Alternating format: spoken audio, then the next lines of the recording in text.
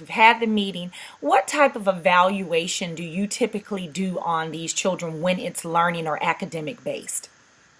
Typically, we will start with an IQ test. Okay. And all that does is that gives us some idea of where the child's ability level is, Yes. what they are capable of doing. Yes. Are capable of performing in the classroom and meeting the expectation, or is there something going on where they aren't capable? Right. So that's the first step.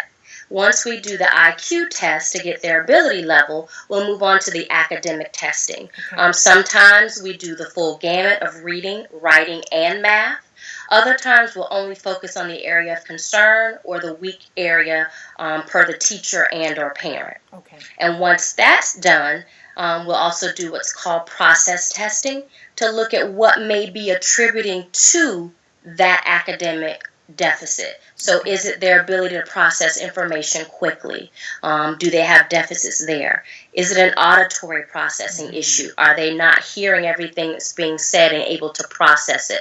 Not physically are their ears working, but when they hear it, can their brain process what's being said and they actually do it? Right. Looking at working memory.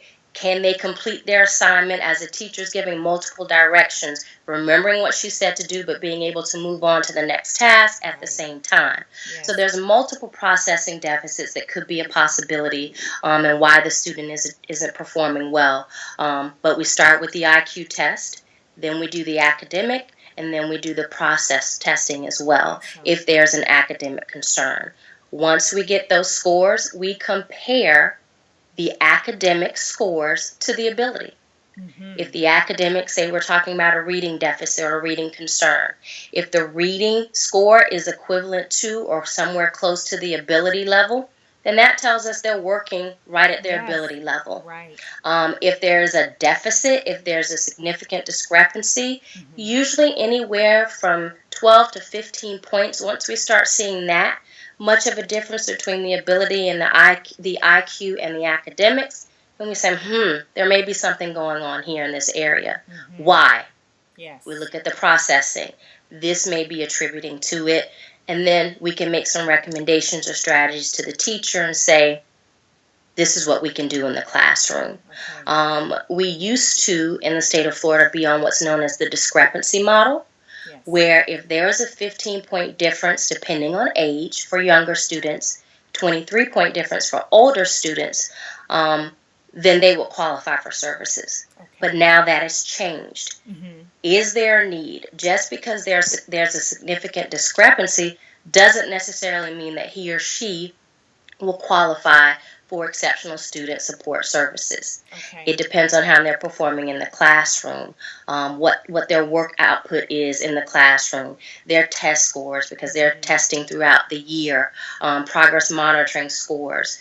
Is it necessary? Have we tried everything possible to help this student be successful, and they still seem to have difficulty? And if so, then the team, which again I cannot stress enough, parents, you are a key player on that team. This is your child, and no one knows their child better than you do. So make sure you're speaking up, because oftentimes those meetings can be really intimidating. Yes. But that's the first step, and that's what we do as far as the evaluation when there are some academic concerns. Say, if I don't understand what you're talking about, raise your hand. What does that mean? So Exactly. what is that going to look like? So that means you're going to take notes, take the paperwork, because this is what I do. When the parents are telling me these long, drawn-out stories, I go, where's the paperwork? They gave you some documents. It's thick. Where are those papers? I got them somewhere. Well, if you can get me a copy, I will take the paperwork, sit down, look through it for you, and help you understand. Because often, you mentioned something before, there is an expectation issue. I see the testing, and the child's IQ, like you said, there was a huge gap between IQ and achievement testing. And I go, wait a minute, maybe you're expecting too much from your child because their IQ is here. Do you understand that, Mom? And they didn't understand that. Right. And your paperwork says this. So, and then I never want to give out incorrect information, but I'm trying to help them and say, go back to them, ask more questions, write down your list. Let's come up with some questions for you. Right. And go and ask and get these things answered, because they're not managing the expectations of what their child is capable of, where their child is on the achievement level, and what the plan is in place that is put in the classroom that should be happening with their child. And that's another issue they're not following up. I go, so what's the plan? What are they doing? I don't know. And then they look at the kid and they go, what, are they coming to get you? Are they coming to take you out? Are you getting extra time? And the child's like, I don't know.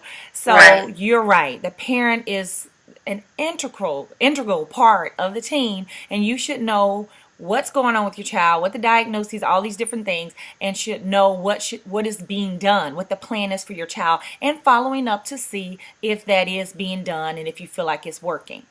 What usually is the timing? I know you said at the point of concern, at the point of, because sometimes a parent can say, I want my child evaluated.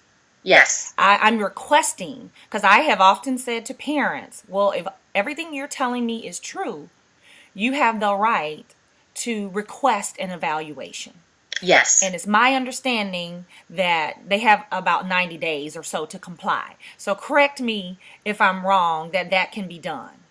Yes, a parent can request a formal evaluation no matter where we are in that multi-tiered system of support.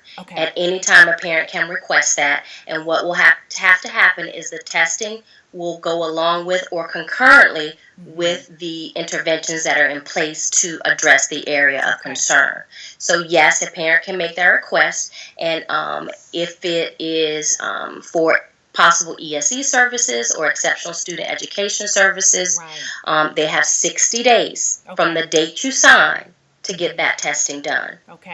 If you are on the other end of the spectrum and you're saying, wow, my child is not being challenged enough, I think my son or daughter is gifted, they need some additional services, they have 90 days to do that evaluation. All right.